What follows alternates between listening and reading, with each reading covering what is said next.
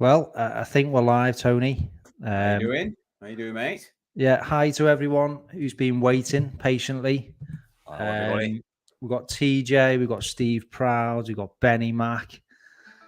So yes, welcome to the summer live stream. 15 people watching, so that's good. Thank you very much, everyone that's tuning in. Ant will be joining us, but he's a little bit delayed. He's been for a waxing, hasn't he, Tony? Either that, he went to have a jellyfish and moved from his head. I'm not sure which one it was. Yeah, so Ant's going to be on in a couple of minutes' time. So there's no real set agenda on this one. Hi, Olan. Yeah, we normally start off with a quiz. Ant normally does that, but just wanted to make this one a little bit more interactive and make it a bit of a two-way thing.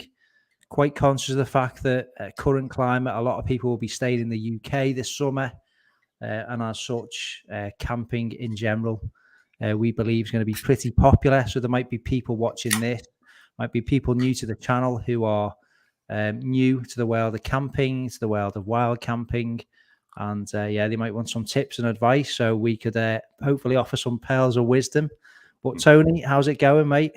All good. Yeah, all good. You were in the Lake District over the weekend. Tell us a little bit about that as we're waiting for Ant. No, but I had a cracking weekend with Phil. I'm drinking the beer he got for me, which I didn't get around to drinking. Right. What you on? Cheers, Phil. But yeah, we went up in the van. We're up there Friday night. Stayed in Eskdale.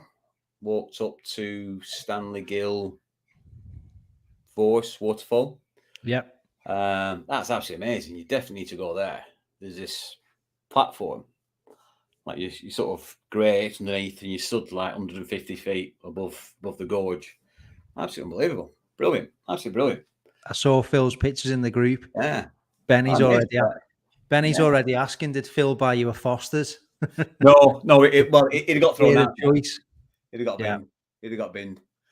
Yeah. And then we ended up. The plan was I was doing Hartfell, Eskdale, and Hard Knot. So the plan was to go in the tent, but the wind was just horrendous.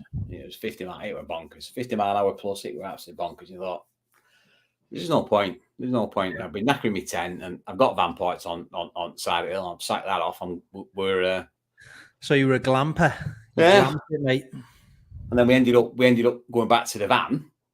As we get back to the van, there's a police lady walking up Hard Knot Pass, right, to say that have you seen the driver of a car? Like, no, right. Why? Well, somebody's binned the car on Rhino's Pass. It's hanging over Erpin Bend. We shut the road. And the original plan was to end up going over Rhino's into Langdale, to go to Ike's Bar and a few pints in there and crash there. Yeah. So that got kiboshed. So we ended up in Wasdale. But yeah, absolutely cracking weekend.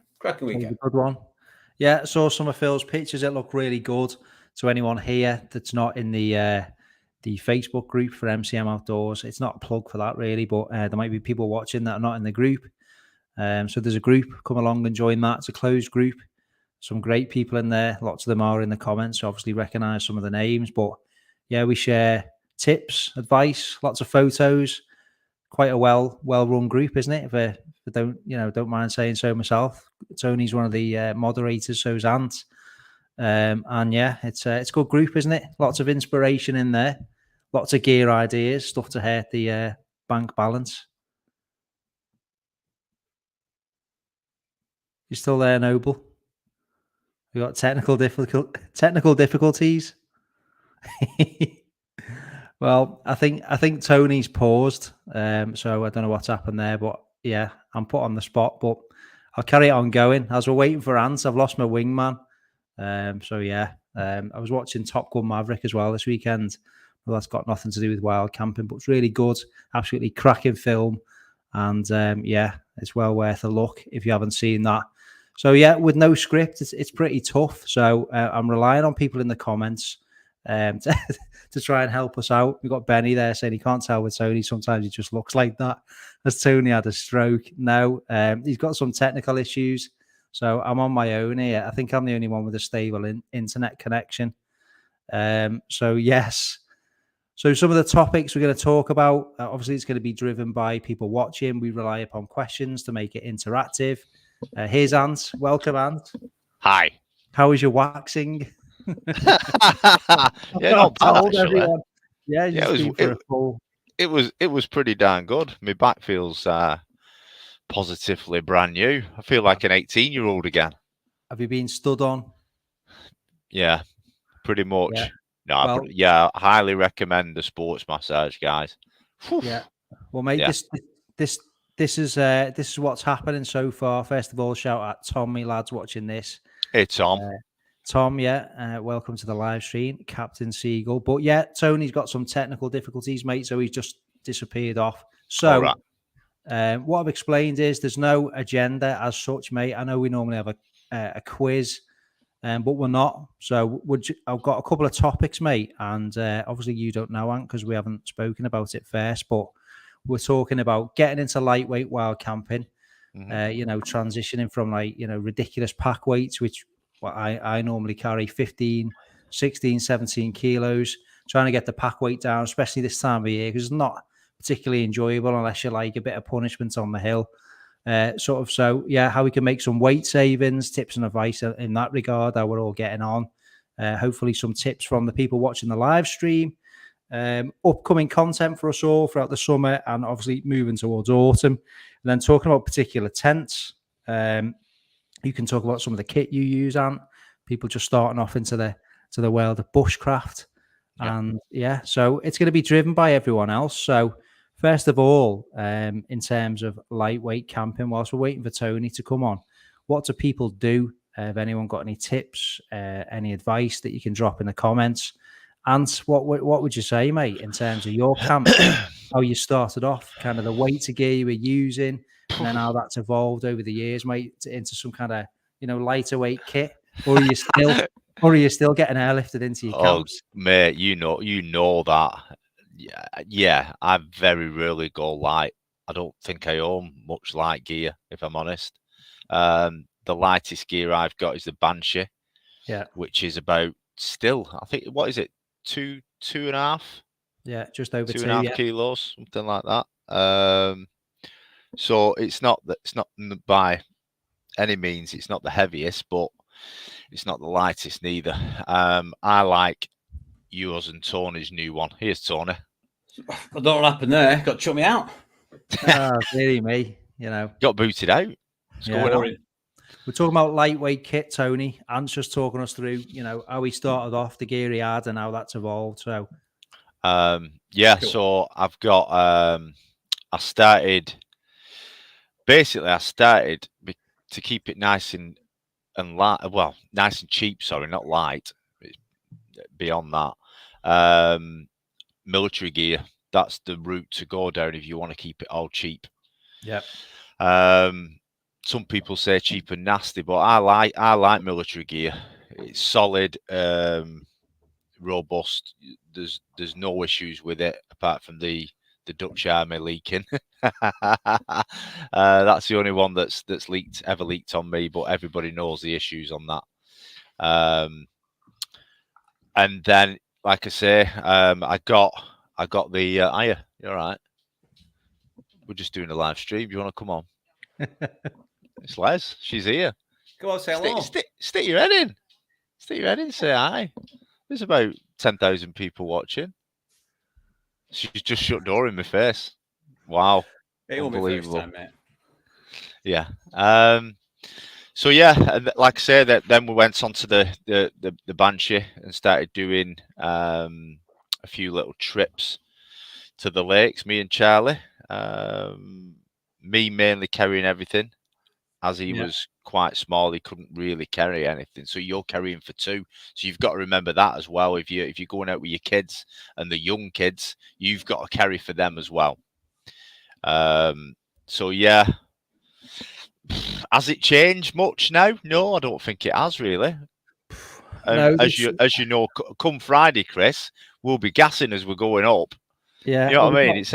We got a few people putting their suggestions in, and again, I always say if you can Let's make these as interactive as we can. So, keep your suggestions coming. Has anyone started off wild camping and they're like, I'm sick of this weight, I really want to get the kit down? What are you doing to try and achieve that? So we got a couple of suggestions. Benny Mack, a Lux Hex Peak. Now, I really like the look of that, mate. Have you seen it? It's have you seen it? Absolutely superb. I can't justify getting one at the moment, but I'd love to try one of those. Fly only in a bivvy bag in the summer. Weighs around 700 grams all in, plus trekking pole. Obviously, well, I don't count that because if you're strapping it to your bag and using it to walk. But yeah, the newer version, or is it the V4A? Off the top of my head, I can't remember. But it's a cracking tent. It looks superb. They do well in the wind as well. Just Matty uses one. The Lux XP. Yeah. Yeah. He uses one on the canoe trips. Benny, when did you get that, mate? And how much was it? If you don't mind saying, let us know. But I think they look great as well, don't they? Because that's smart. TP design. Jamie Basnett, I think people go really lightweight, then kind of come back a bit and go back to comfy and find a middle ground. I'm going to ask Tony to tell us about his lightweight camp. Tony did a video on Pendle Hill. How dare you, without me, using your Alp kit press there. What was the size of that rucksack? 25 litres. 25 litre bag. That's quite an achievement. Yeah. To be fair, I had the tent strapped on outside the bag, but I do that anyway. I always do that. So that I'm not having to sort of get into the bag if it's pouring down rain. Yeah. But yeah, I think it was. I binned off the sleeping bag and used a quilt. Yeah, that needs some thought. The quilt was a bit. You were feeling it, weren't you? A little bit. Yeah. Well, I had my ridiculous nature arc down trousers on, so I wasn't cold. It was just. If you hadn't have had them on, or your what's it called? Saying the down slippers. Yeah, if it was much colder, I'd probably have a problem. Yeah, I needed them on. So you'd have been awake. Yeah, not probably. I wouldn't have had a problem. I wouldn't have died, but no, but you'd have been awake all night, uncomfortable. I'd been a bit nippy. But I think what I should have done, I think it was my own stupid fault, really. What I should have done is had the quilt bottom pressed together, and had that as a foot box to put my feet in, and had the quilt cover me at the top. Yeah, and lie directly on my mat, which wouldn't have been a problem because I was essentially dressed anyway. Because the quilt put together as a bag was just too narrow, so the press studs just popped straight open. Yeah, and tent wise, mate, you were in the Scarp 1. Scarp 1, yeah, 1.4 kilo. Yeah, the race, them. That's I know. Yeah. From now on. When you got that tent, you were a bit of a skeptic, weren't you? If you remember back to the camping on the coast video where I took the Scarp, obviously so did Tony. That was the first time you used it, and you weren't convinced, were you? Initially, you were like, "We're not keen." No, it's growing on you. No, it was because that was literally the first time we'd been out of the bag, so I've not had a trial run pitching it in the garden or anything. And I didn't like the way that the poles fitted into the. There's no like definite eyelets at the pole ends like there is on all the other tents. So it's just like a fabric loop, isn't it? Not even a loop. So I couldn't really get it in. And I thought, if this was blowing a gale now, I'd be chucking it in bin. Yeah. But now that the pole had been pitched a couple of times, that the poles fit in quite nicely. And now it's literally I peg it out, 4 corners, peg it out, pole in, and it's up in 25 minutes. It's mint. Yeah, it goes up in no time. And that's a 4 seasons tent, isn't it? 4 season, 1.4 kilos. 2 doors. It's mint. Yeah, it's 2 doors, 2 person, and with the optional crossover poles. Yeah. Which people say just for snow loading, but it does add stability and strong winds as well. Yeah.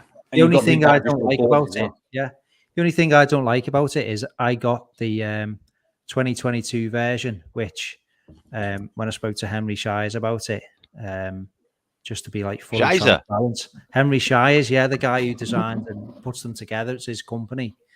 Nice. The issue of abrasion on the pole arch sleeve and where the crossover poles are. I mean, people who've got it, let us know. I mean, there might be some people in the comments that own it, but the crossover poles pass through a fabric loop, which is sewn into and around that pole arch sleeve, and it's quite a tight fit, isn't it? To be fair, and in the wind when that's flexing a little bit, it's abraded the fabric. So when I did the one camp with Al near Malham, even on that little camp, pretty much a windless night, it started to cut into the fabric on the pole arch. So it was gutted because you've got import fees and everything, so it's not a cheap bit of kit, bit of an investment. So they've sent out a patch of sil nylon just to put that on, and the fix was a loop of Dyneema with a toggle, which fair enough, fine, it's a fix, but it's a bit of a shame. And I think they made those fabric loops a little bit shorter than intended. So yeah, but it's a cracking tent. It's just annoying, isn't it, when you're shelled out for something and you're looking forward to it arriving and it's got an issue there in the design. But yeah, I don't want to take away from the tent, but no, what's irritating.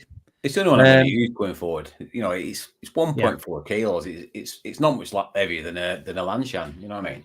Yeah. Benny's saying paid 140 for the outer, inner, and lightweight poles. That's not a bad price at all. That 140 quid for that. Karen's gone wild. Hi, Karen. What I'm going to do is you can put comments up now. So I've tried to lighten my pack a bit gradually, but I like some home comforts and I like my beer. Don't we all? that's the age-old problem, isn't it? What you take. Yeah. I like my curries. Take too heavy a curries, me.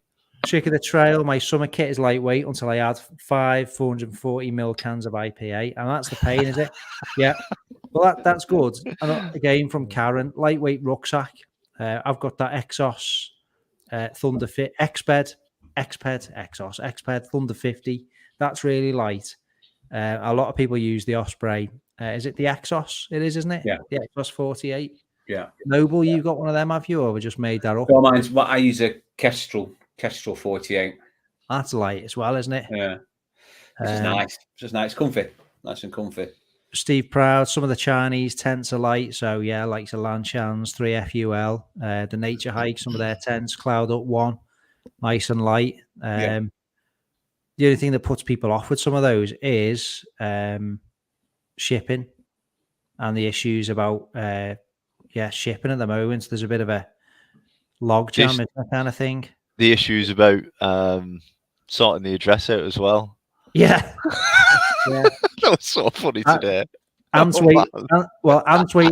Nature Hike is sending a Cloud Peak 1, which I'm going to use, and then I'm going to give it to Ant because he's going to start getting out on some of the actual tent wild camps more often. You're branching out, aren't you, Ant?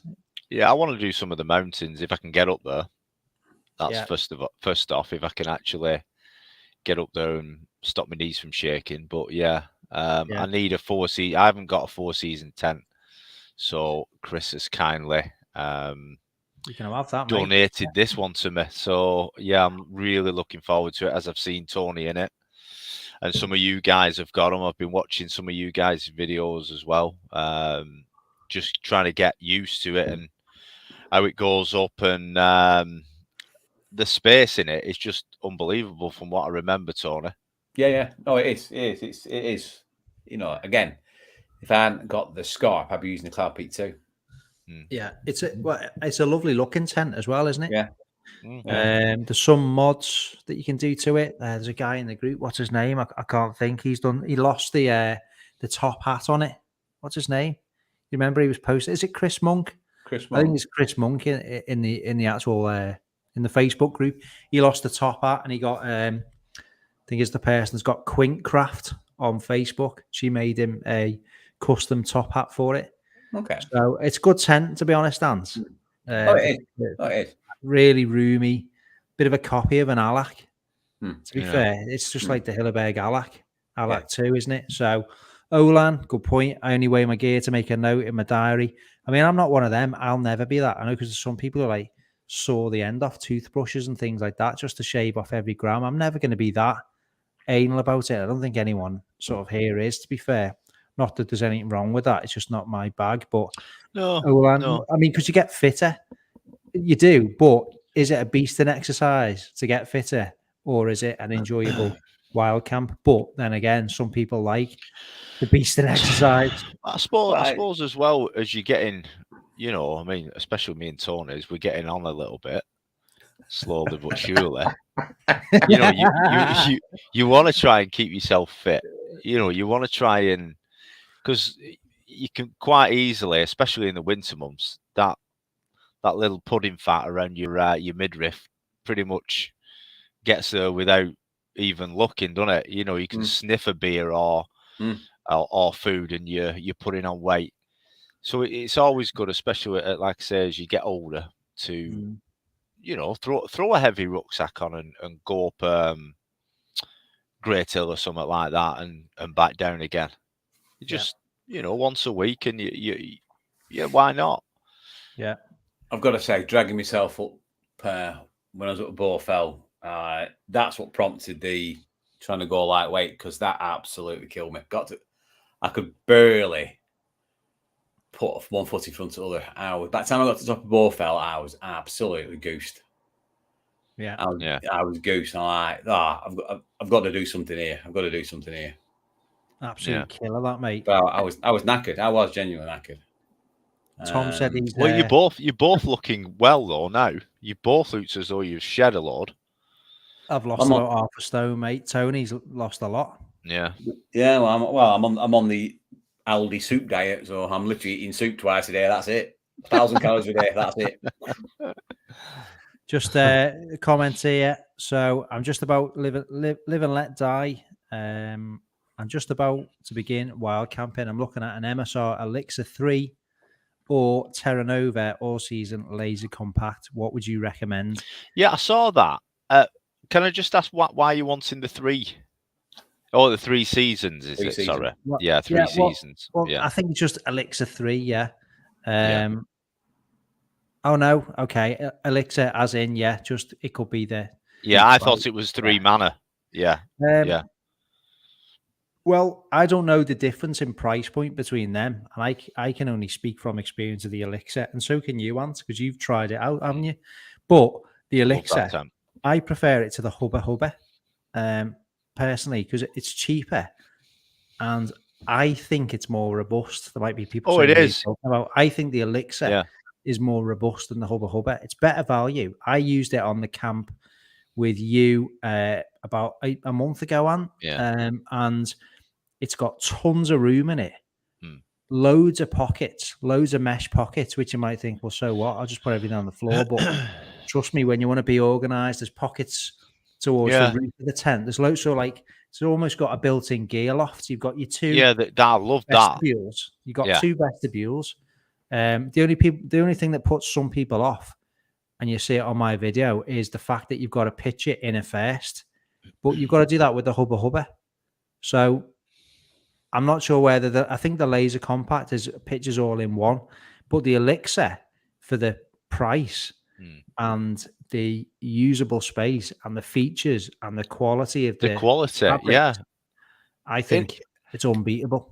I've never felt a tent as good quality as that. Yeah, you know, I mean, I've not seen you guys' Hillebergs. You've not had them out when I've been with you, so I don't know what they're like. But having spent a night in that and felt it, I really like that tent. Yeah, Live and Let Die. I would recommend it, definitely. I mean, the Terra Nova. Ant anytime, mate. Anytime. I might be borrowing that next. Which one of you two would lend me your £900 tent? I've just got to read this one because I don't know how long he'll stay on, but he's me son, so I've got to read his comments. When are we going to do my first camp, Daddy? Soon. I've got something in mind, Tom, so stay tuned. It's just the cooking. I've got to work out what they're going to eat, Tom and Emily, with the the food choices. I don't know how you make hot dogs, chicken nuggets on a camping stove. So I'm going to have a think on that. But don't worry, I've got something planned, Tom. We'll have to have a good one because I know Arch he's desperate for Arch.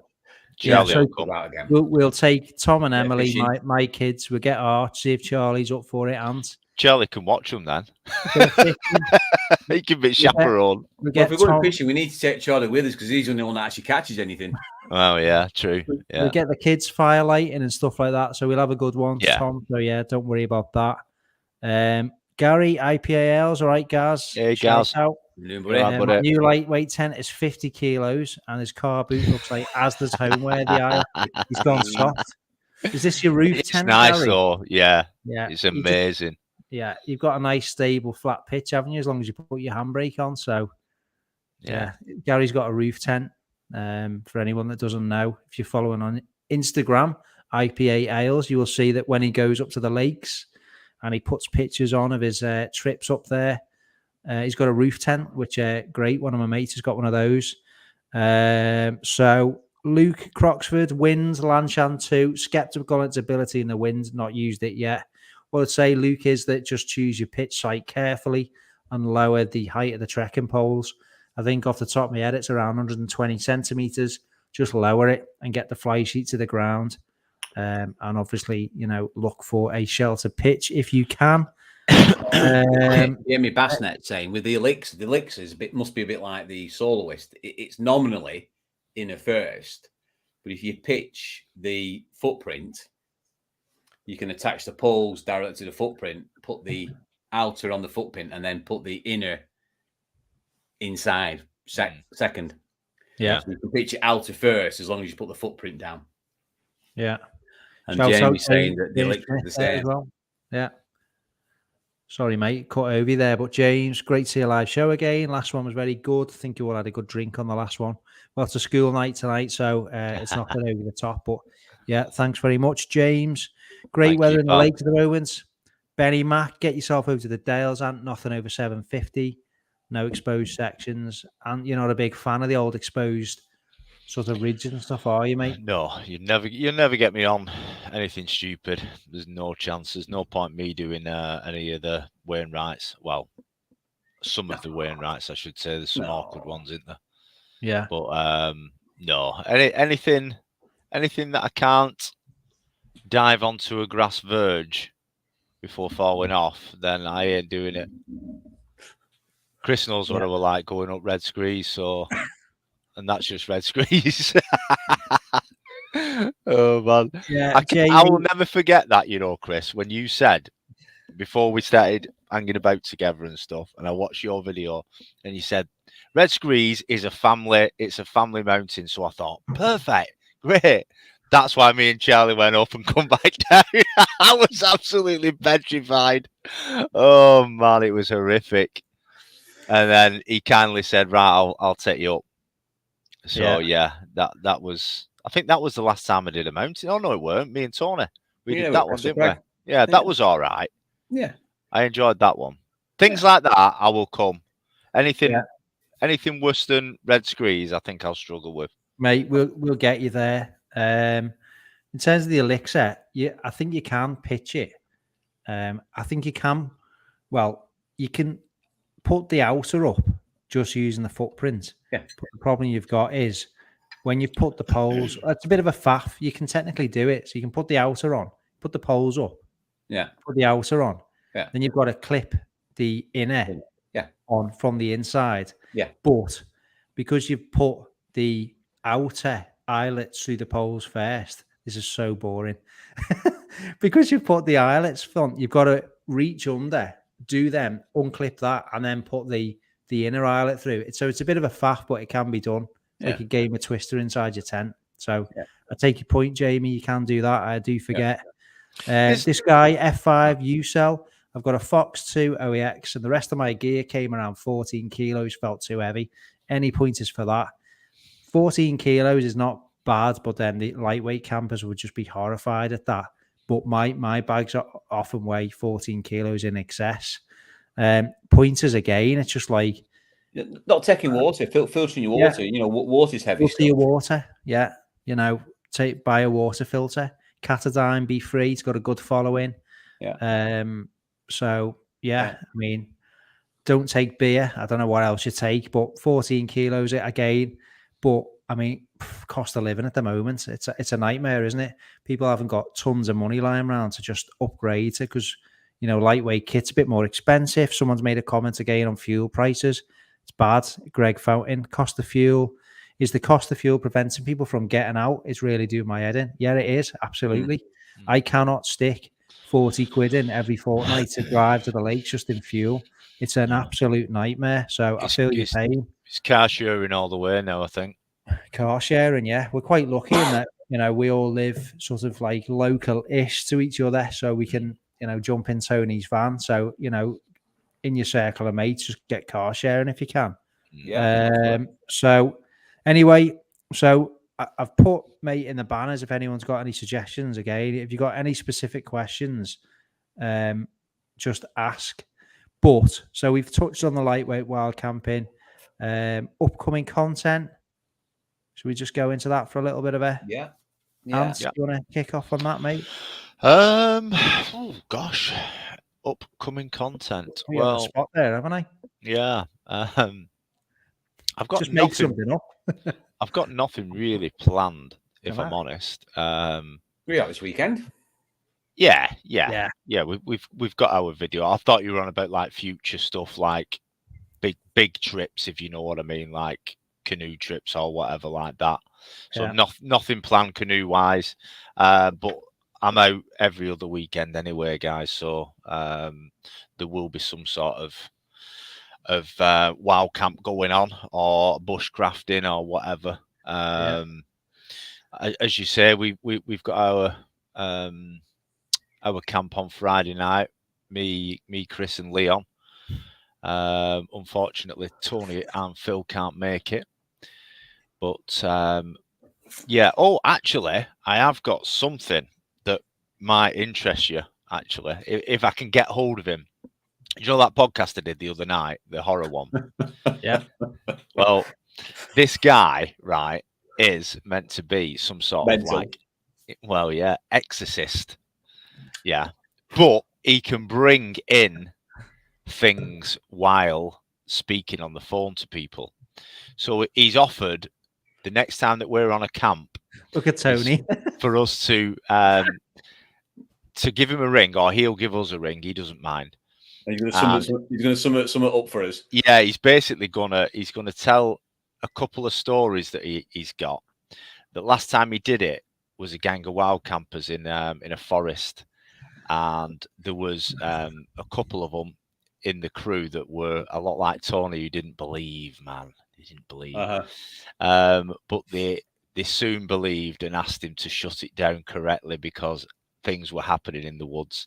So I think on the moorland, I think it'll be a really good end to the night. So what I'm thinking is get him up on my phone. Yeah, we'll put it on the tripod. Me, you, and Leon will sit round. You film it for your channel to see what happens while we're up there. Now, bear in mind, this is the same moor that Leon said that he saw something big and menacing.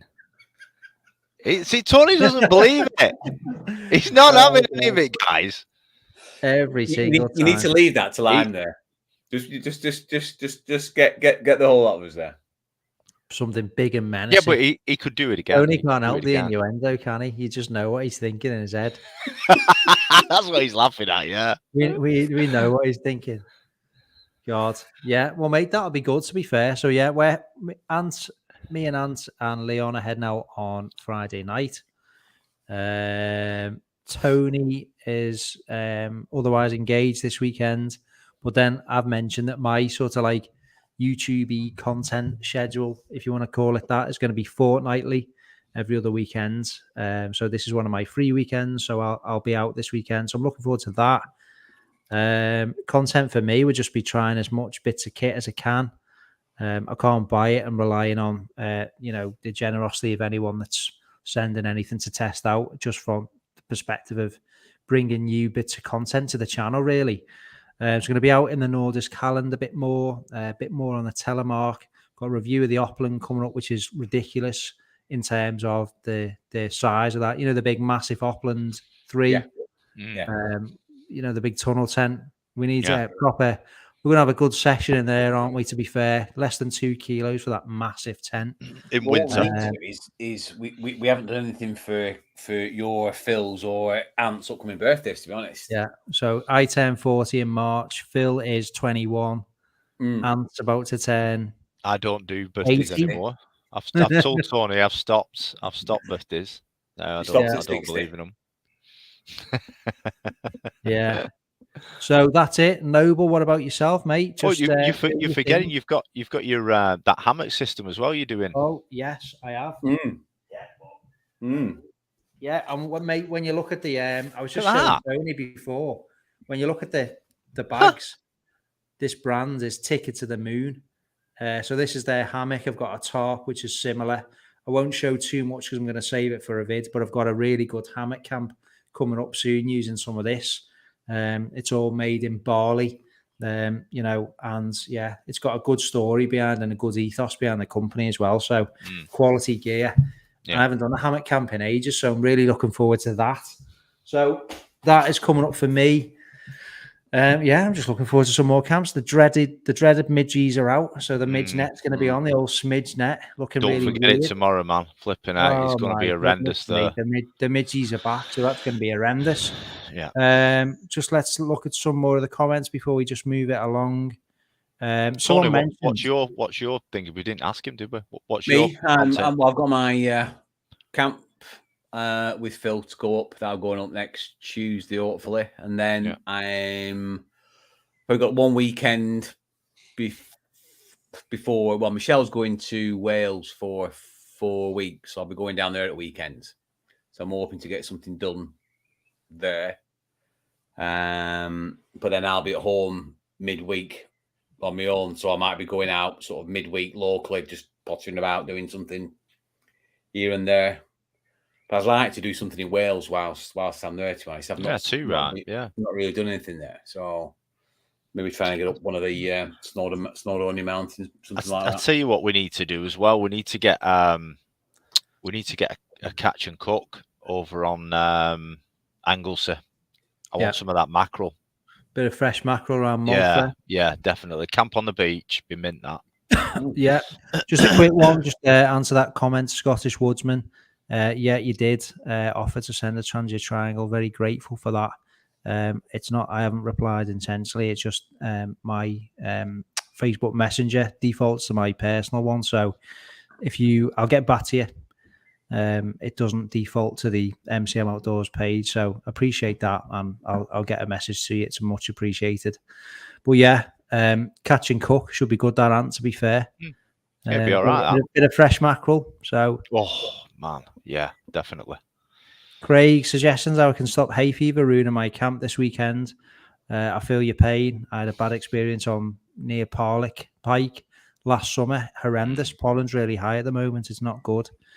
So yeah, what I've done is I've put some specific banners about tents. So we're just going to talk very quickly about specific bits of kit. Tony, Hilleberg Solo, what do you think about yours, mate? You're still going to be using it? Yeah. Is the Scarp going to trump it for you at the moment? Well, to be fair, it is at the minute, because the Solo is 2.4 kilos as opposed to the 1.4 for the Scarp. But I think if I was going to go out and the forecast was properly horrendous, I think I'd always take the Solo over the Scarp. Yeah. That one pole kind of, if it's really battering it down, I'd rather be in the Solo than the Scarp, I think. But weren't you saying that it's got like a cross member, an added pole? Yeah, I bought the cross member poles, but I'm not sure that I'm ever going to use them. I think I would rather, if the forecast is that bad, rather than take the Scarp with the crossover poles, I'll probably end up taking the Solo. Yeah, but don't forget. Don't forget with the Scarp, you've got those carbon fiber uprights, haven't you, mate? In both ends, which act like a triangle. So you have got that. So it makes it quite rigid there, doesn't it? Yeah. And it's still lighter, isn't it? Yeah. Still would be lighter, because you've got the poles sort of like embedded in the tent, it doesn't pack down as small as the Solo. The sole, I always pack the poles separately on the side of the bag, Right. and then just ram the tent in a dry bag, so I can get it nice and compressed. So even though it's heavier, it actually packs down a bit smaller. Right. Yeah, it's good tent to solo. And it's not as big. It's essentially the size. It's half the size, isn't it? It's heavy. It's dependable. It's really easy to pitch, isn't it? Really, you can't go wrong with that. It's so easy to pitch, especially in bad weather. Yeah. And the way the fly sheet just clips onto them poles. Yeah. But I mean, the cost of it at the moment, I just think it's absolutely insane. It's like 900 quid plus for a tent. And that is ludicrous, isn't it? My view at this moment in time. I think what's the Scarp? 400 and odd. The Scarp's about 400 odd, and then you've got to sort of factor in import duties and stuff like that. Sealing it. The cost of the solo now, I have to say, there's so many other options out there. I'm not sure whether it's justifiable. I certainly couldn't get one now. So, to be honest, would you get the Scarp or would you get the Nordis Telemark 2.2? I don't know. Yeah, well, I think the Telemark is like 2 to 3 seasons, and the Scarps are 4 seasons. So I think they're for different things, but that's good. And on another note, mate, because whilst we were waiting for you, mate, I didn't put the Banshee. What are your thoughts on the Banshee, mate? I loved my Banshee. Well, in actual fact, it's not my Banshee. No, it's Charlie's. I've given it him because I've very kindly been given the Cloud Peak. That'll be my main tent, I think. Mountain tent, hill tent. But I can't. The only reason I would fault it, and the only reason why it's not suitable for me, is because of my back issues and things like that. I just cannot. I can't get comfy in it. You can't sit up in it. That does me head in, especially if it's a rainy camp. All you've got to do. I mean, do you remember, Tony, when we went up Castle Crag, and it was literally, we were in the tent. Yeah. Basically, the rest of the day, all night, and then morning as well, up until we were packing up and we got soaked wet through.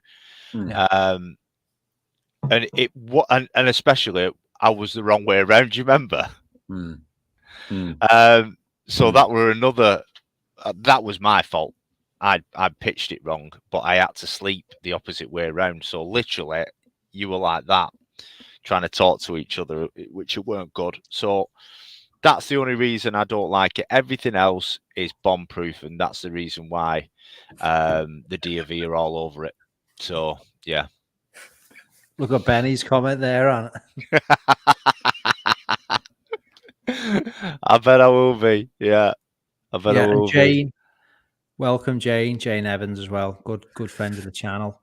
Jamie Basnett. Van Gogh still, in my opinion, have better build quality than most tents, even those 3 times the price. Stitching and little touches are still higher quality than most. Yeah, they do make some good tents, Van Gogh. The Tempest 200 I like. A little bit more roomy than the Banshee tunnel tent. I did a video on that years ago, but I've still got that. I used to use that all the time. Sometimes people say, well, why don't you anymore? I just don't for no particular reason, because I've got quite a few tents, and I'm always going to say, you've got a few tents. You'll get back in it, and it's nice to get back in a tent that you've not been in for a while, isn't it? Yeah, and they are. I mean, I like the look of the Van Gogh Scarfell 200, and they're making some Force 10 ultralight tents now, which look really interesting as well. So, yeah, they're a good brand, aren't they? I grew up with Van Gogh and like him for that nostalgia as well. But good quality, good brands, and they make good outdoor products, don't they? It's all DOE recommended stuff as well, isn't it? Yeah, for a reason, because it works. It's dependable. So if it works for them and they DOE back him, well, that's for good reason, right? This is a good one. Cloud Peak 2, and you're getting it soon. Yes. My views are, and I've seen Paul Mesner's video on it. I forget where he went in the lakes. Where was he, Tony? He was on Hallin Fell, wasn't he? Yeah. Hallin Fell, one of Paul's earlier videos. Good bit of kit, to be fair. Superb value. I don't know what the current cost is. My son's just bought one. Well, my son. Well, anybody that asked me to buy a tent, I've told my son to buy one. I've told his mate to buy one. Anybody that's buying a tent, just get a Cloud Peak 2. Yeah, they're mint. Yeah, they are. Tom paid 160 quid for his, I think. 160 quid. So that ain't too bad at all, is it? Really? When you think about, do you reckon you can sleep 3 in it? Nice one. At a push. Good, mate. It's definitely a roomy 2-man tent. It's Charlie then making me a brew. And it stands up to a battery. Yeah. Mine, I were up. I think Phil's got one as well. Phil's got one. We were up Helm Crag with it, weren't we? And it got an absolute battering up there. Yeah. Well, mate, the only thing that worries me is the poles, because you get used to like DAC poles, don't you, or Eastern poles, and you think, all right, well, that inspires a bit of confidence, and like, some 9mm and 10mm in the Black Label Hilleberg poles. I don't know. Is anyone in the comments? That's so cheesy. Has anyone in the comments had nature hike poles fail on them? But you haven't, and you did have it in some bad weather. Chris Monk loves his. He's struggling to get a new tent because none can match it. Right. It's lighter than the Alac, isn't it? The Alac's 3.5 kilos, something like that. But is that a true Four Seasons? The Cloud Peak's basically a knockoff of the Hilleberg Alac 2. Yeah. And I would genuinely love one. I would love one of those, genuinely. I know Paul Kelly in the groups has posted his picture, and he just... It's over $1,000, isn't it? Jesus. He's got it for 900 quid. Yeah. But very, very good tent. But you've got to be using it week in, week out, and prepared to carry the weight, haven't you? To justify that. Howard Potts, welcome. Sierra Designs Meteor, the Meteor 2. Yeah, that's great. Ant's going to be using that on Friday, so he will have an upcoming video using that. It is a good tent, that, to be honest, Howard. Good company, Sierra Designs, good quality, proper robust kit. They know the stuff. Is that the one with the you can roll the fly sheet? The main thing I like about it is the really high walls. So the feeling of space in that tent is epic. When you're inside it, it's just like this cube. It's massive. You can sit up in it with ease. There's loads of room, feeling of space, decent vestibules, good zips, good hardware, decent poles, decent pegs, and you can roll the fly sheet back. A lot of people say, well, is that just a gimmick? But it's actually not. It's a really nice feature. It's a toggle to pin it up in the central point, and you can just look out from the comfort of your tent and get the breeze. But certainly this time of year with midges, mate, you can just chill out and take in the views, mate. Well, that's what I'm looking forward to on Friday. That's why I asked if I could use it. If it's a clear night like it's meant to be, I can't wait. Just lying in there and looking up. Amazing. Well, there's a few people talking about it. Look in the comments there. Trick of the trail. They've had it in bad weather. Phil Oakley's talking about the poles. I presume the Cloud Peak 40-mile-an-hour winds. But the Meteor is absolutely cracking.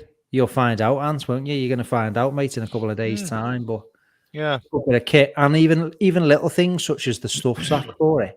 They call it a burrito bag. It's an oversized. It's just an oversized stuff sack. But how many times has everyone here watching this bought a new tent? It's all lovely, packed in the stuff sack. You never get it back in again. It never goes back in the way it was. No, and certainly not after a wild camp when it's soaking wet. It's a nightmare. So little things just make it easy. In bad weather, you want to pack down in a hurry. I know you can use a dry bag and put it in that, but it's nice when the manufacturer thinks, well, how's this going to be used in the real world? I like that. That's another tip for the Van Gogh Banshee. The bag is just perfect. Yeah. As long as you roll it up with the poles inside, every time not once have I had to redo it. Yeah. Do you know what I mean? It goes in every time wet, or whatever. It fits perfectly. That bag is really good. I think a lot of them are missing the top zipper. A lot of them, everything is just stuff it in it. Yeah. But I like the zipper. Yeah. So we spoke about some positive tents there, some good tents that we recommend. And I know Tony's going to have a different view about this. I'll flick it up on the bottom. The Alpkit Soloist. So I won't say because I know your thoughts on this, but for the benefit of everyone watching, tell us about. Well, no, I like myself. I do. The reason I bought it was it packs down to next to nothing. Yeah.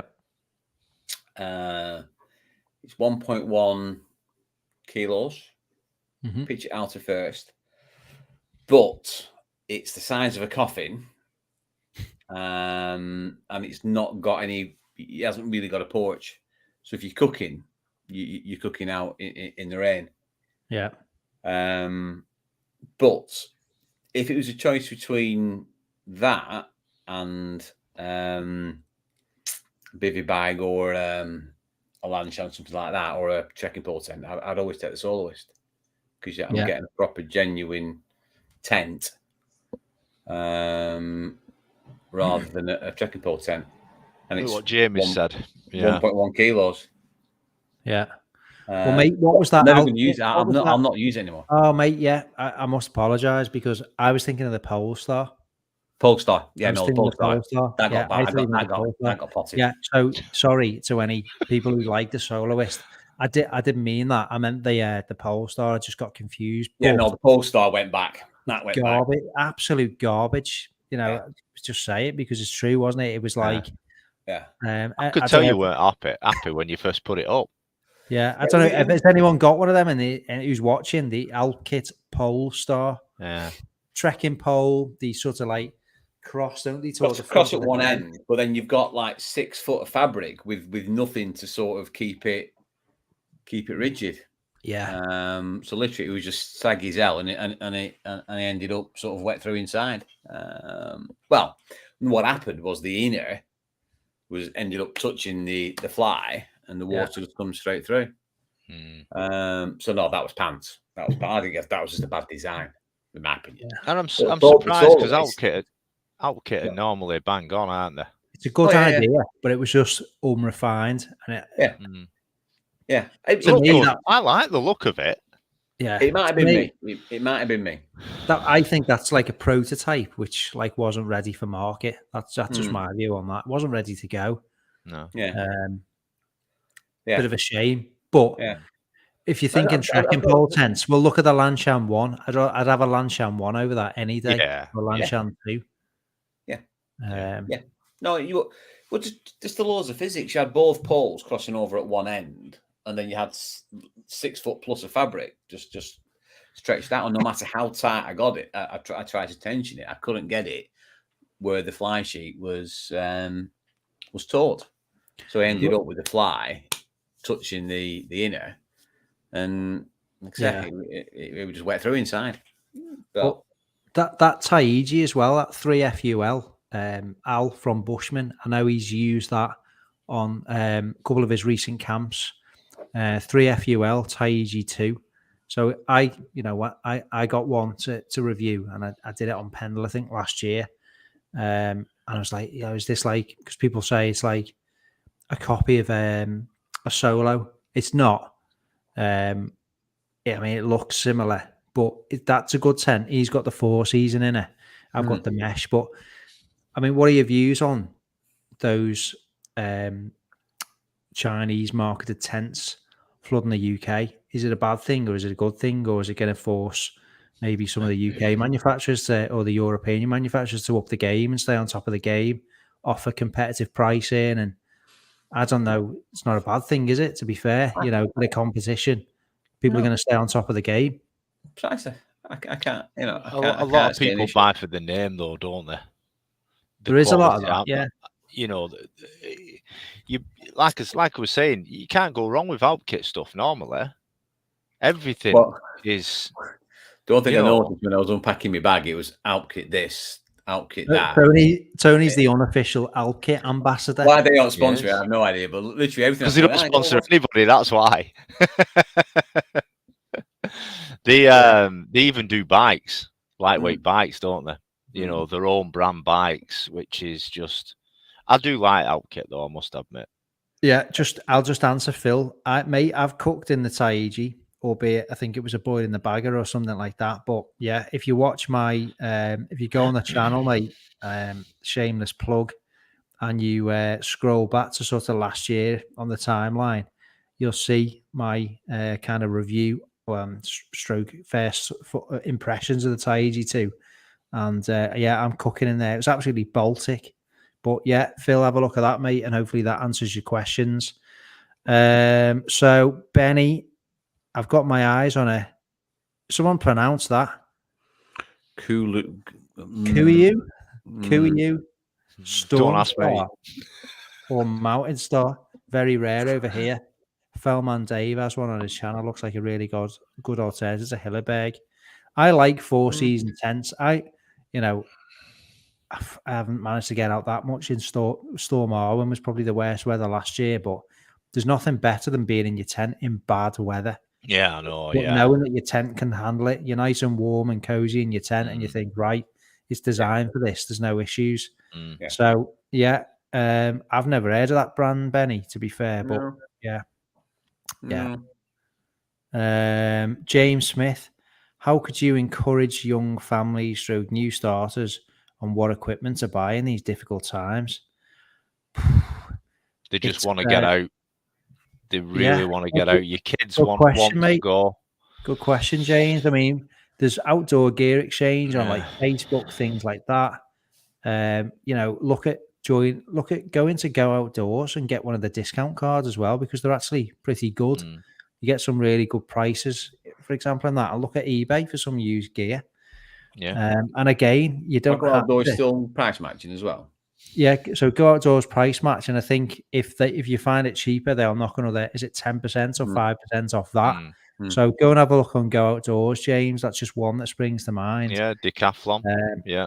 But I mean, don't sort of discount your sort of independent retailers. Look online.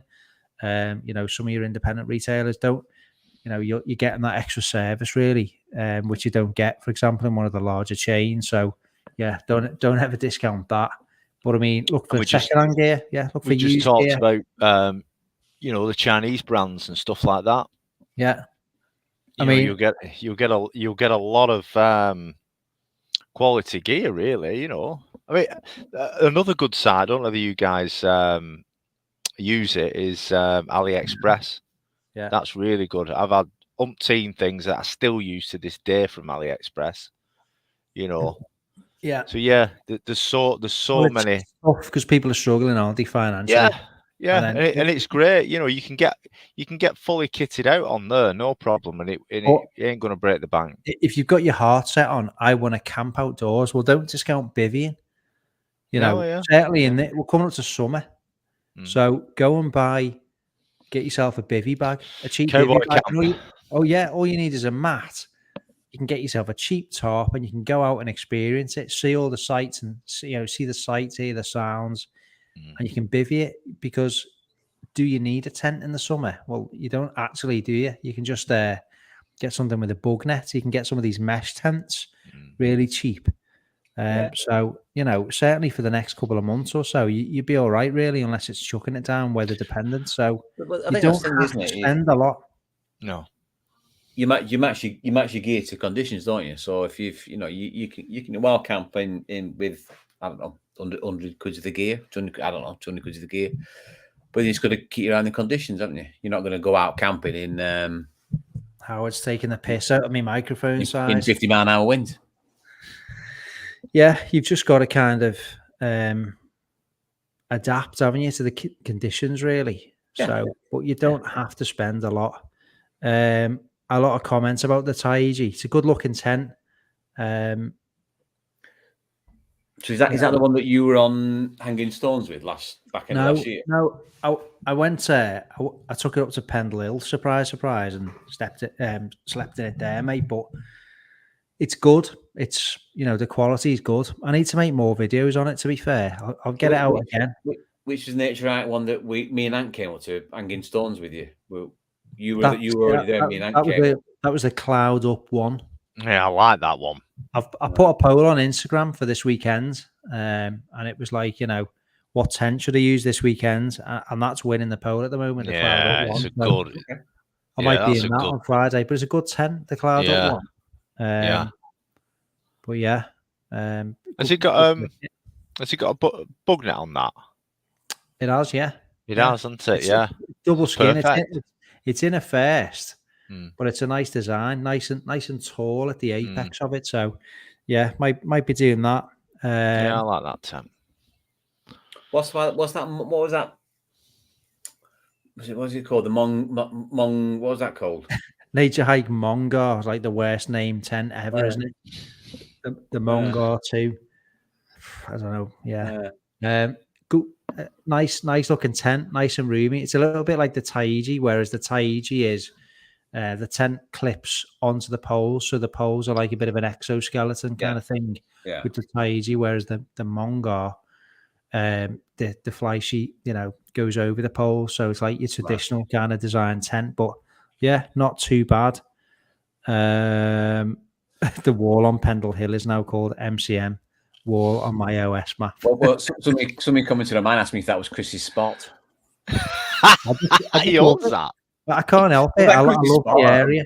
He owns the area. Stand by for the Halloween special this year. We haven't got long to go. What are we in June? Well, I've got a new chainsaw for that. That's why you've got it. Oh man, what are you going to be crawling around the bushes in this time, man? I've got Tom and Emily want to get involved this time as well. Yeah. It was Benny who said that today on my video. I cracked up when I read that. Literally got a new Halloween prop. The Halloween special, 3 grown men throwing themselves around the forest screaming, putting werewolf suits on, and what was that noise? God. It's the only time Tony believes. Yeah, well, mate, remember my second day scene where I had to put that witch in my bed? My neighbours were thinking, what's this weirdo doing? This single man putting a load of pillows in the bed and a Halloween mask and waking up, filming those scenes, screaming. Yeah. It could be worse, mate. You could be wandering around talking to a turnip. Yeah. Jesus Christ. Yeah. Right. Mr. So, Turnip. Yeah, here we go. So we're going to start winding it down soon because we'll be on an hour and 2 minutes. Tent or hammock? Now, God, if Joe Husband was watching, I know what Joe would say here, but he is. He's on. Is he? It's Joe Husband. Yeah, he's on, Joe. Yeah. I know what. Well, Joe, I know what you're going to pick. So just confirm. Yeah, we definitely know what Joe will pick. For me, oh gosh, I enjoy hammock camping. Yeah, and it's really good for the old back. But I'm getting to the point where it's a faff, as in the kit. Mm-hmm. I literally I can pack my 65 litre and it be full with just the hammock gear. That's before everything else, which really does my head in. That looks all right. What you've got there, what you lifted up before, Chris. Is that just the hammock and the straps? So yeah, I've got the top, and you see the hammock theme, mate, can't you? Yeah. It's on the packaging. So that's the Sil nylon top, and that is unbelievable in terms of the quality. And then that's the hammock. So, mate, and the straps as well, yeah. No, it's on the dining room table, but so it's me. That's not too bad. 50-litre pack. Stuff that down to the bottom. You're not going to need an underquilt at this time of year. No. Mate, just your mat will do. Yeah, well, I don't even know whether to use a mat at this time of year. I would do. Would you? I would, yeah. You'd still feel it, mate. I've camped in summer and I've felt it. I've hammocked, I should say. So going back to the question, no, I still prefer tent. Yeah. What about you, Noble? No, definitely. Because it's a bit hard to picture tent on picture hammock on top of a mountain, and that's where I'd rather be. The woods is great for when I'm out with you guys, but it wouldn't be my choice of go-to places. Yeah. So I've only got my hammock gear because I'm shamed me into getting it, to be honest. Yeah, you enjoy it though, don't you? No, I do. It's a good you night. Always have a good night's sleep. But I agree with you. it's a bit too takes much. Up too much room. Yeah, it takes up too much room. By the time you've got your underquilt, blah blah blah blah blah, there's a lot of gear, and it's a bit of a faff to put up. And no, I'd rather be in a tent. I'd rather be in a tent. Yeah. But it's nice when it's up. It's comfy, space. You feel more outside and in touch with nature. So it is nice, but it wouldn't be my first choice. What about what's it called? What about this summer? While it's nice, if we can get get us all to do a camp. What about doing a cowboy camp? Nothing. Pick a good weekend. Rockback Mountain. Literally around a fire and just camping your sleeping bags in a mat. It is good. It is good. I've got that mesh tent, mate, from DD, the super light. None of that, Chris. Literally. About, mate. Come on. Yeah. Me and Jay did it. It was all right. Pack it just in case. You'll see what happens. There's loads of tent fans in the comments here. Howard wants to take you fly fishing, Tony. Yeah. To me, like, I love hammock camping too. I did loads of that earlier on in the channel, and I just stopped because I don't know. I don't even know. I don't know why, but I love hammock camping. But you can't go and climb up a mountain, can you? And then put a hammock up. So there's that. But it's generally you're camping in a different environment, aren't you? But there's nothing more relaxing, mate, than being in a nice pine forest with all the sounds of that. And you where we did that coastal camp, Tony. You imagine having a nice hammock there. Plus, you don't have to worry about the ground. You don't need a flat pitch. Doesn't matter what's on the ground because you're obviously in the air. You've got no pressure on your back. Yeah. And it's just nice and relaxing, mate. When we did the Ants Halloween video, when we were in that, we were the slaughter was like that, wasn't it? Yeah. You wouldn't get a tent up there, and plus as well canoe trips as well. You're more than guaranteed to, especially if there's a few of you on a trip, coming to a spot where there isn't enough space, and you wish you had an hammock.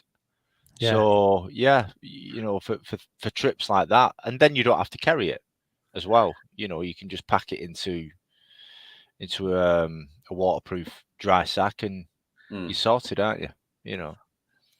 Benny on the doggers. If Rick was here, mate, he could tell you some stories about that, Benny, because just from the perspective, should have clarified that. He's had some like near misses on in the woods, hasn't he? It was like some dodgy experiences. Yeah, but, mate, we were just talking about him actually Saturday. Because we went exploring a new forest near me, but it's renowned for doggers, basically.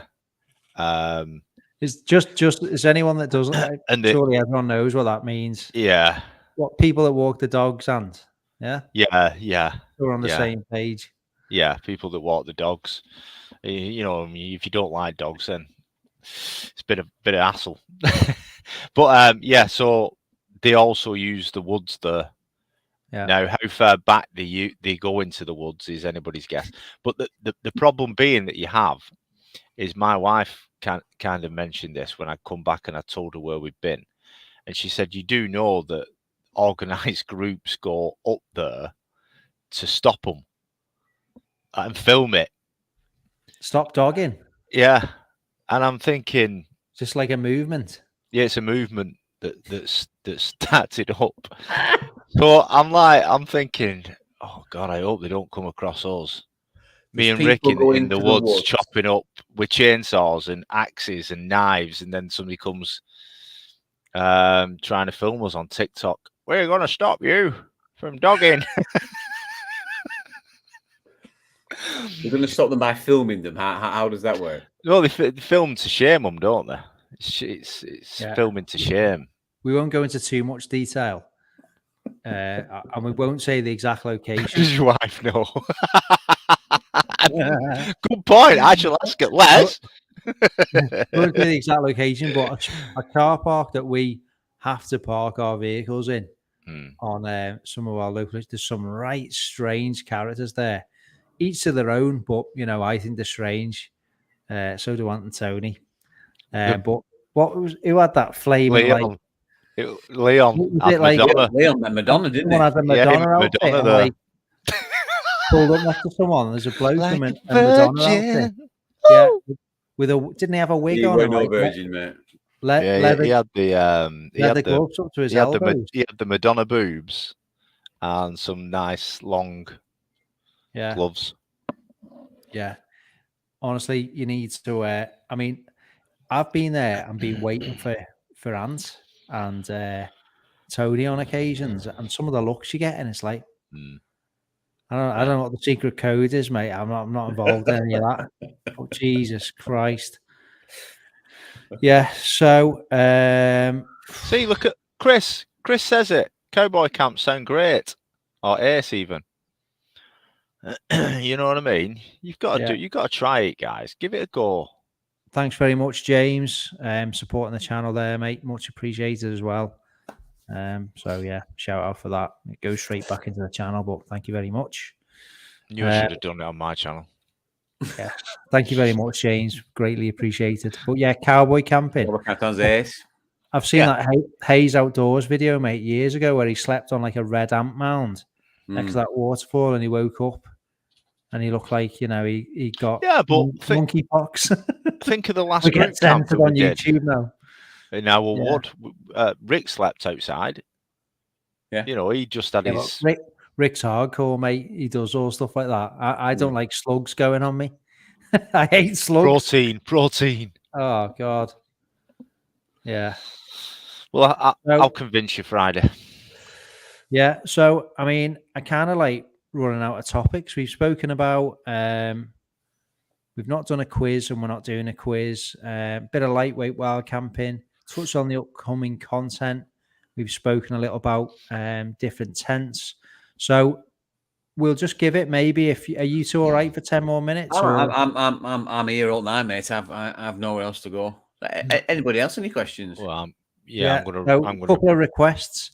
If you've enjoyed the live stream so far, I think, can you hit the thumbs up button? Because it, again, helps me out on YouTube. I'd appreciate that. So if you can just hit a thumbs up if you're watching it and you've enjoyed it or got any value out of the content. We're not getting bladdered today. Normally we have a few sort of like a few beers and a bit of wine. But we're not doing that today. So we're hopefully trying to give a little bit more informative content. Says Tony, getting the famous grouse out. Oof, nice. So yes. So give it a thumbs up. That would be great. Thanks for everyone who's interacted so far.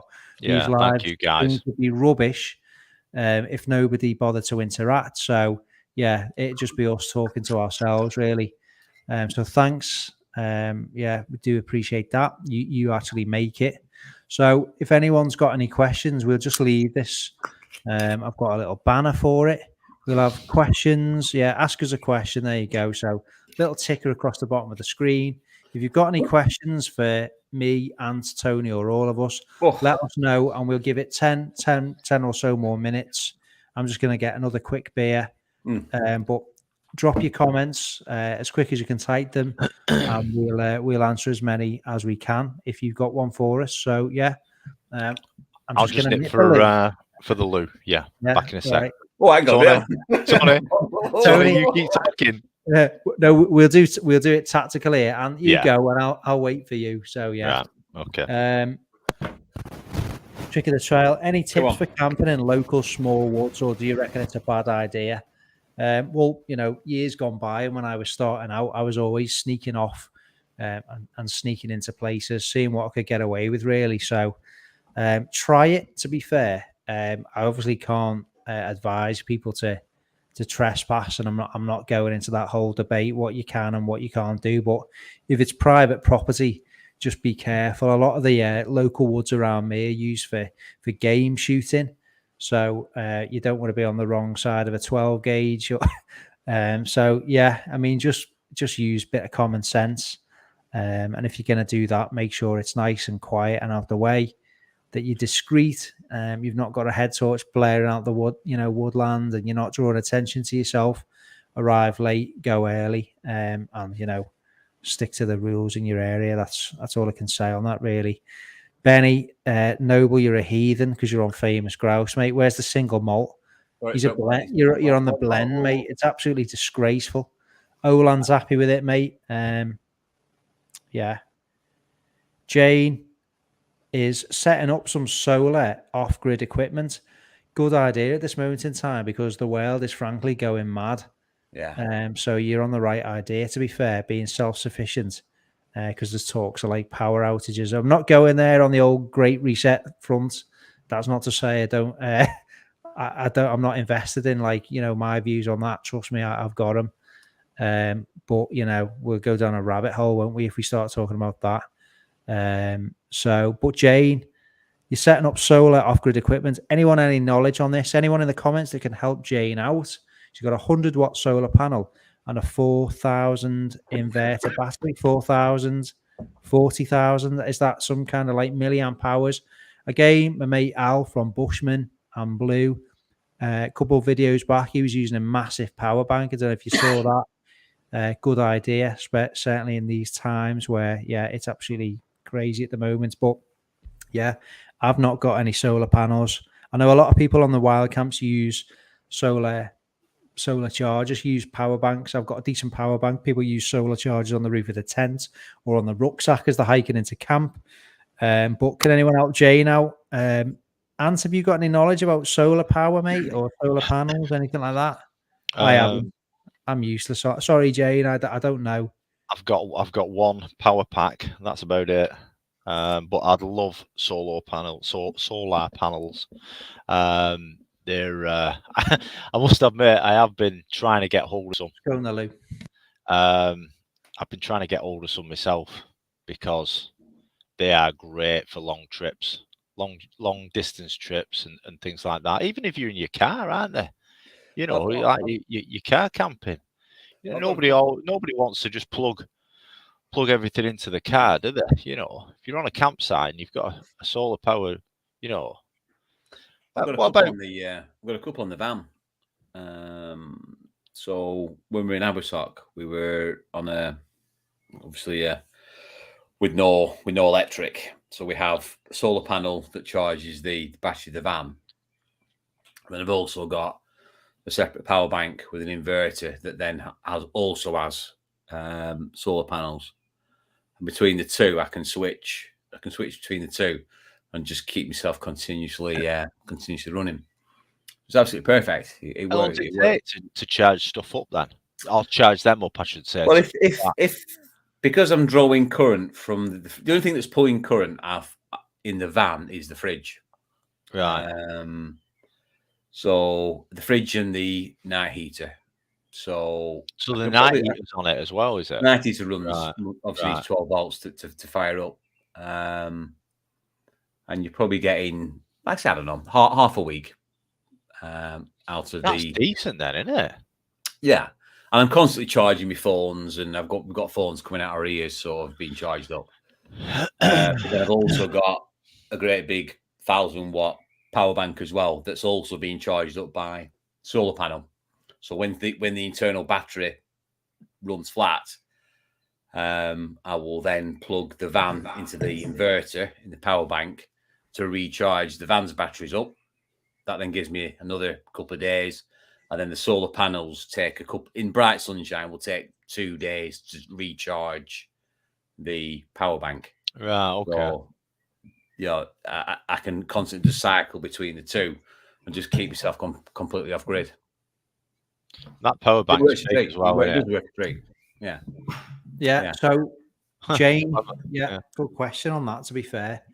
Live and let die. Best backpack purchase, Stance. What's yours, mate? My only backpack. What are you on about? Go on, mate. 65 litre, and I never purchased it. It was actually, you can't hold me responsible for this, right? All right. It was actually on loan from Jake's school when he did his Duke of Edinburgh, and for some reason I don't know why, but it never went back. Right. So yeah, it's on loan. It's on permanent loan. It's got holes in it now. I think I need a new one, guys. Yeah. In fact, there you go. There's a question. What should I get for my next backpack? Well, I'll get onto that when I tell you my best one. But what's yours, Tony? My best backpack? It's my Osprey Kestrel 48. I think that's perfect size. 48 is just big enough. And it's dead nice, comfy. Yeah, it's got the hip pockets that I like. It's nice. It's nice. Just with that, actually, the LK35 is brilliant. But my overall the backpack that I use the most is the BCB backpack, priced at 29 quid, and I've had that near enough as long as I've been doing it for 5 years. It's rock solid. Yeah, it's rock solid, bomb proof. It's gone through so much at 35. It's gone through so many adventures, in the woods. It's carried everything in it. Fishing, I go fishing with it. It comes with me on near enough every single canoe trip. Apart from this one that we just had, we took Chris's with us this time. That one that he gave Charlie.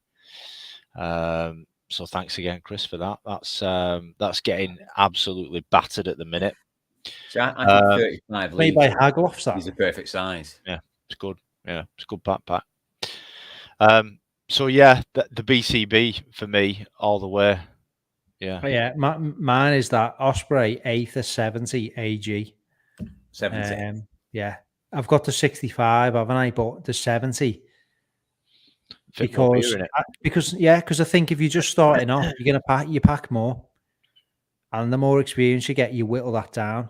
So when you're packing more, you need a bigger pack. But when you put that Aether on, that anti-gravity system, I thought this is like bollocks. It's just a con. It works. Yeah.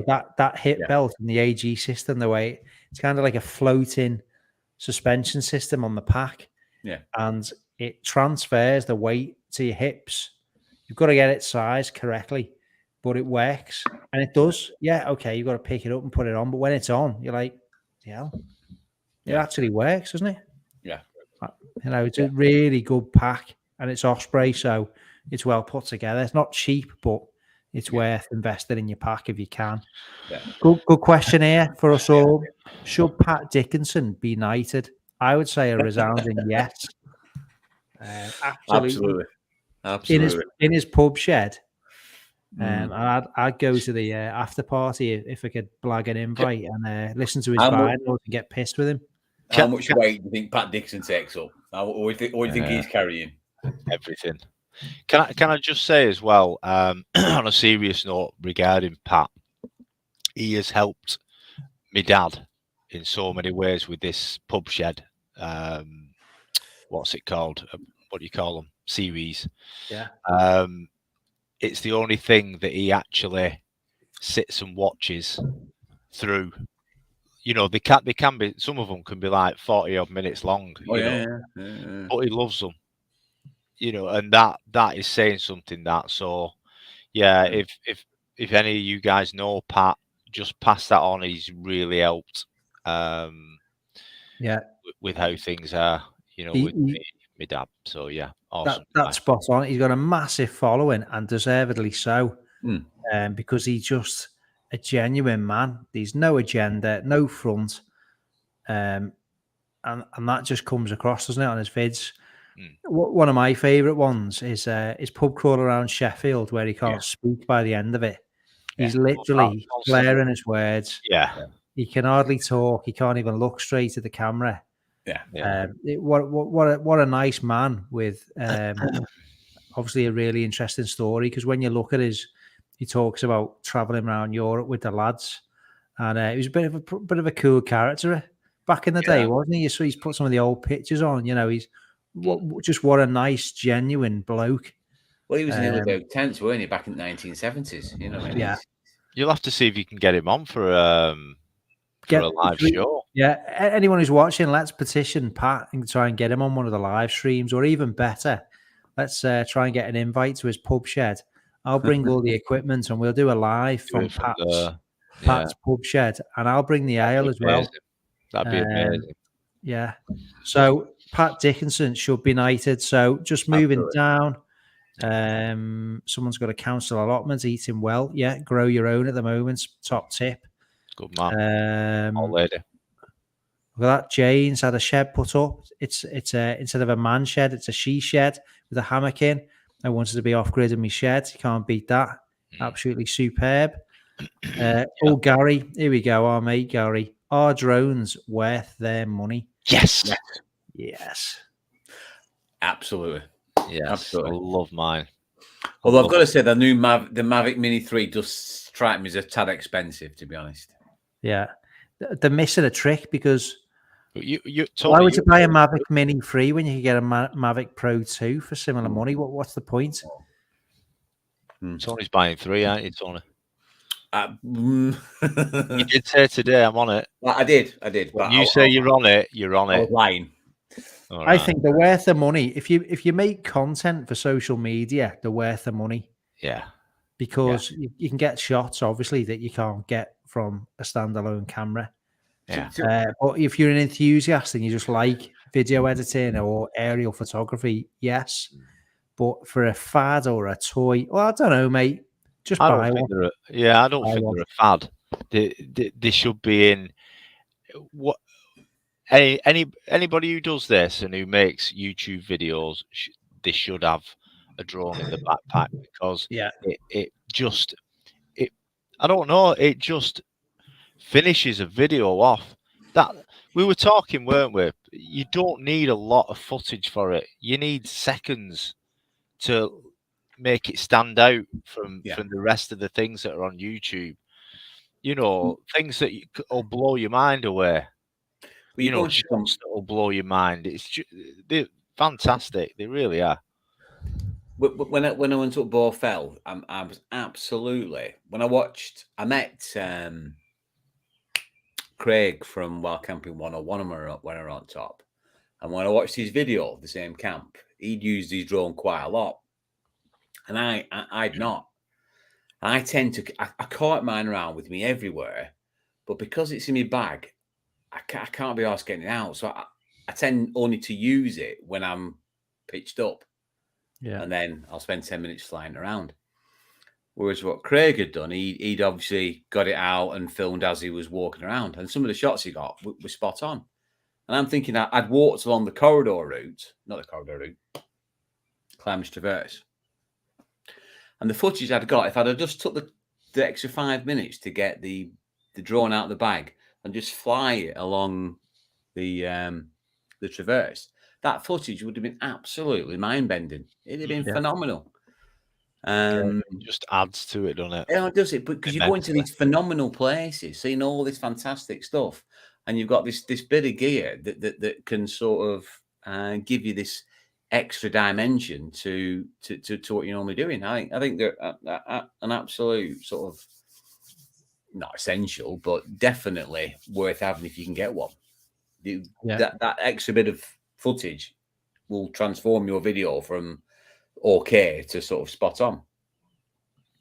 Yeah, Noble knows the technical aspects of filming like the back of his hand. So anyone here who's in the Facebook group, message Tony and ask him. Anyone who follows his Instagram as well, I'm sure you'd be happy to help. I haven't just do on the spot, but he's always been very helpful to me and Ant when we've had any camera equipment and we're trying to learn it.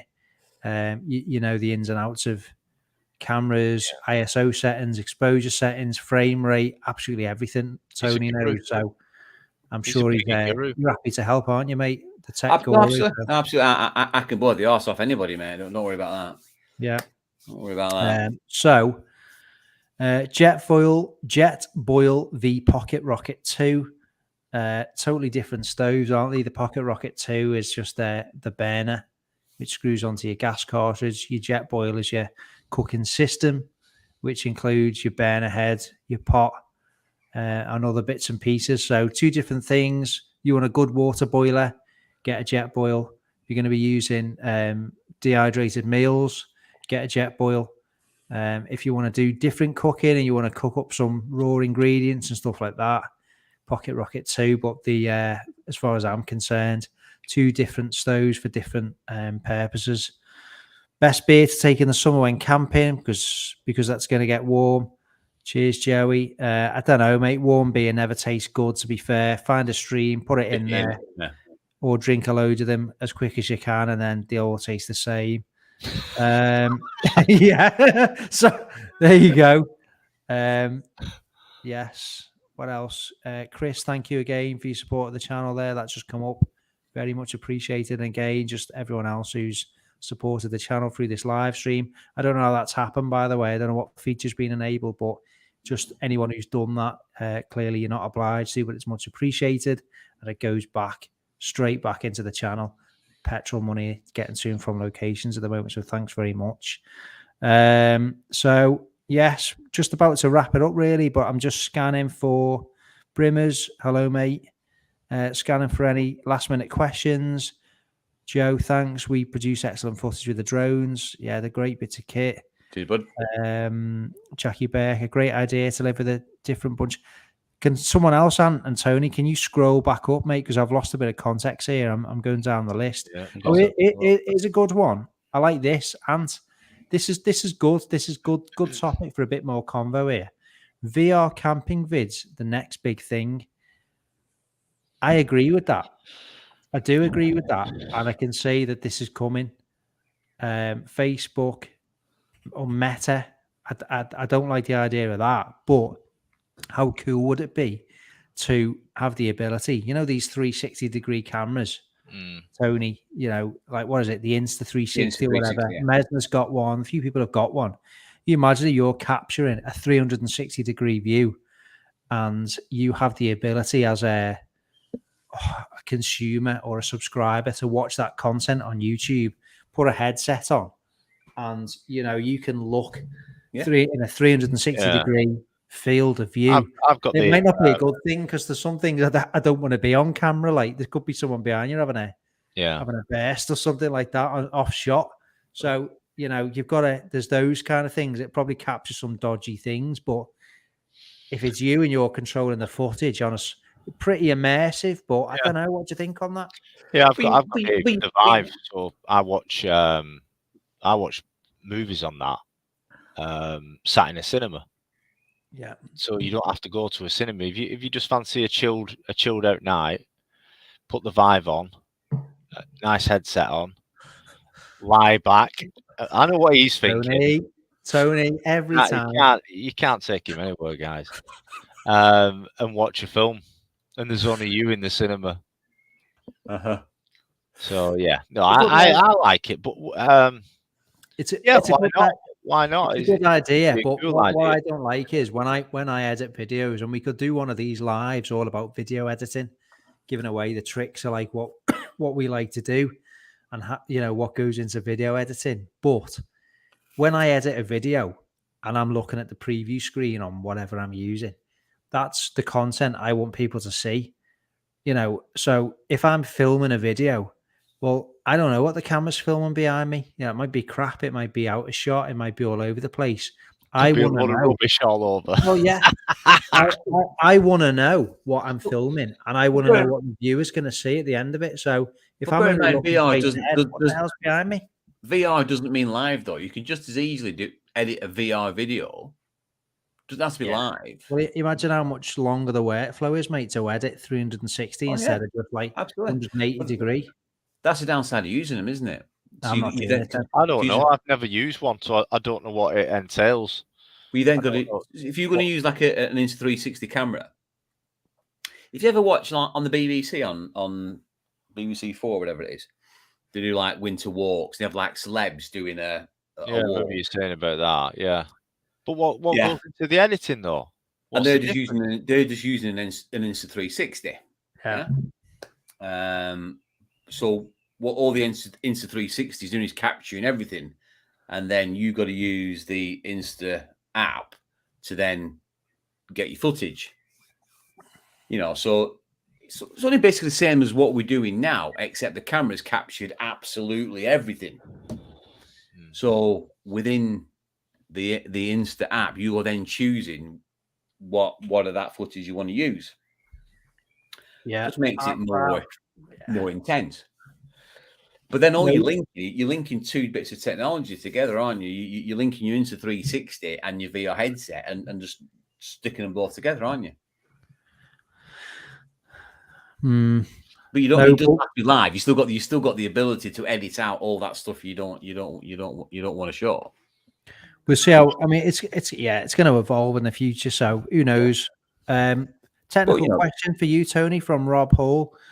Bit of Astro oriented. GoPro Hero 7 Night Sky. Any tips? So what? I presume, Rob. What do you mean, mate? Night lapses, things like that. But Tony, stick it on auto is what I'd say and get on with it. But I'd be told off for that. No, don't do that. Just stick it on auto, Rob. Yeah, don't do that. No, I'm pretty sure because I use the automation, but what you want to do is a 20-second shutter speed, 30-second interval, and an ISO of 1600 to 3200 max. And then what about power? Just let it go. Well, I use an external power bank. So the reason that I use the Osmo Action is if I was to use the M6, the M6 doesn't run. I can't power it and run it at the same time. So if I've got a charger plugged in, it doesn't operate. Whereas the Osmo Action, and I'm sure the GoPro is the same, you can. So power bank into Osmo, that means it'll run all night. And then literally ISO 1600, a shutter speed of 20 seconds, and a time lapse interval of 30 seconds, and just let it go and do its thing. Yeah. And then you get some absolutely cracking now lapses. Yeah. Well, literally, that's all I do. Them settings, press record, and let it do its thing. Message Noble, send him a DM on Instagram, or come and join the group and ask him, and he'll write that down for you. Yeah. Brimmers is not sitting with a headset on and watching videos. Olan, can you prove that you three guys are not bots? Well, I'm definitely not a bot. I don't know how we can prove it. I could prove it, but we'll get banned. I don't know what we'll have to do. Like, got to do weird stuff. We can't do that. Pick me up. Any movement to make the rest of the UK legal for wild camping, as is in Scotland?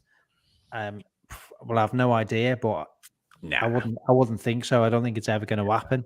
The law is the law in terms of wild camping.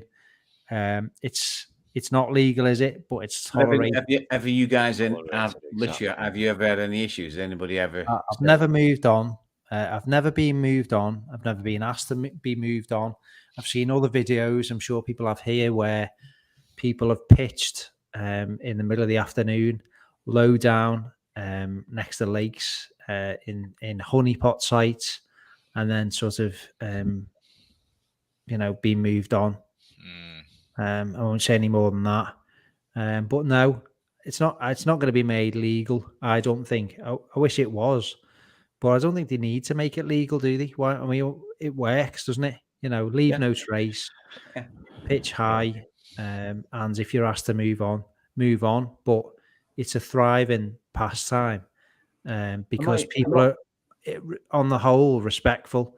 You get the idiots, which trash places, and nothing anyone says here or anyone on YouTube, even people with millions of subscribers, is going to change the actions of a small minority.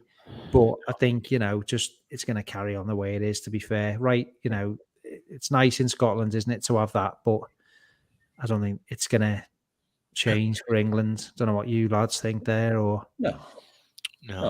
I've never had any issues. And I'd like to know who these people are that's going to climb up 3,000 feet in the middle of winter to turf you off the top of Blencathra of Elfell. And who are these people?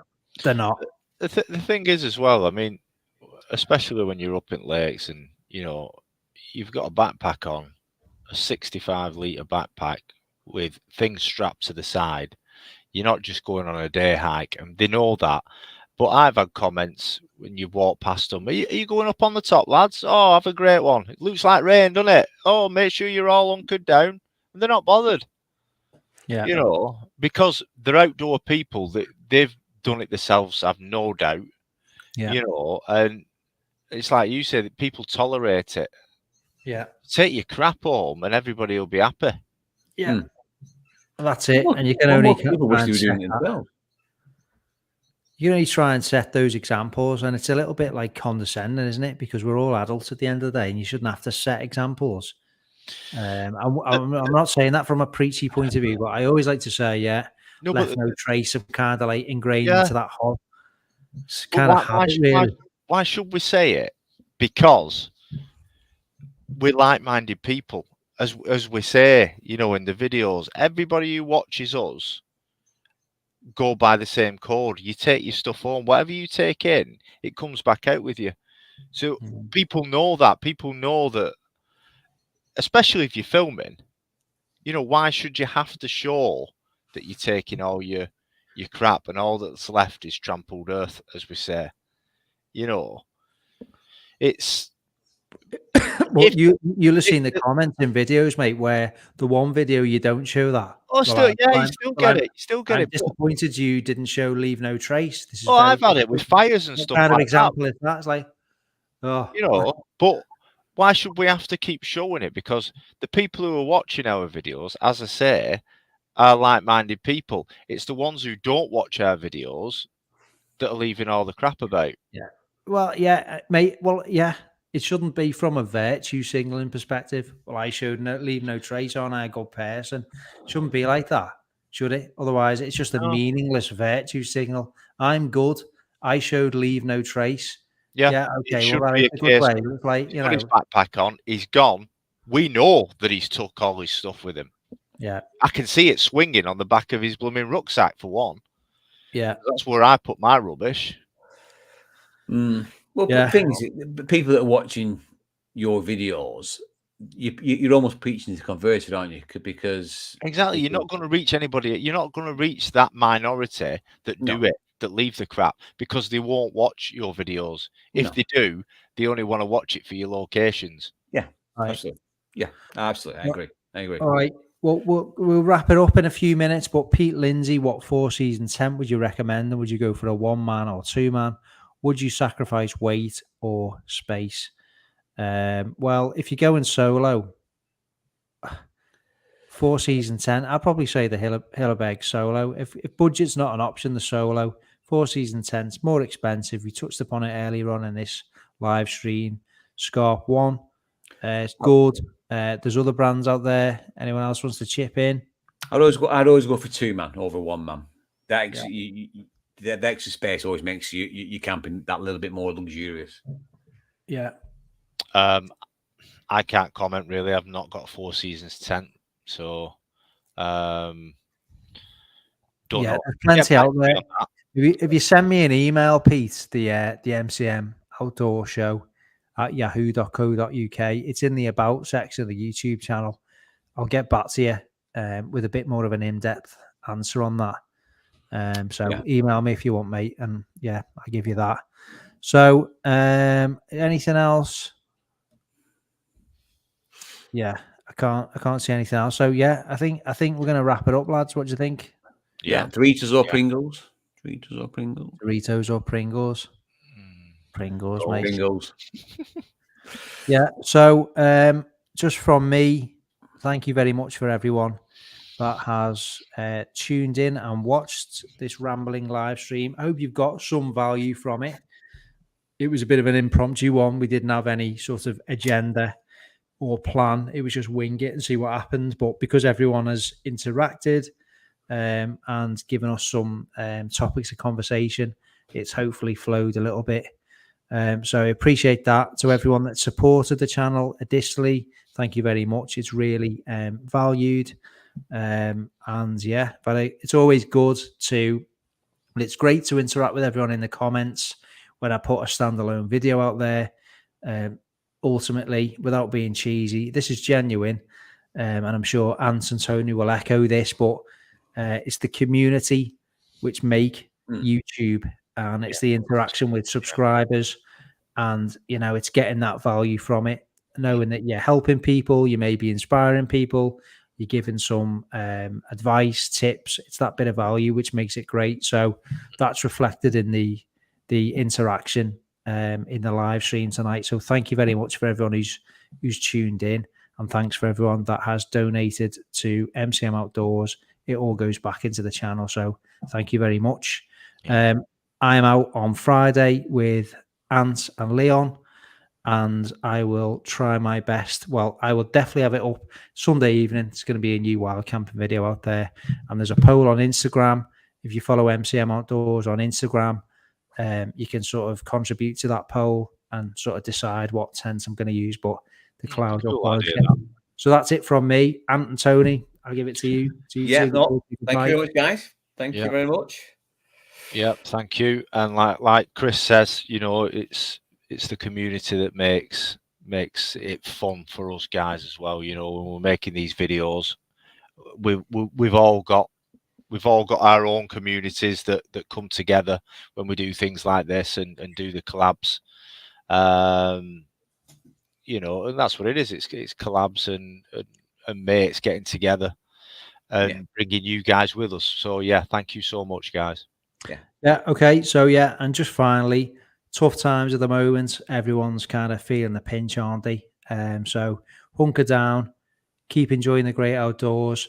Go and explore your local spots. Don't ever sort of, don't take for granted what might be on your doorstep. There's some hidden gems out there.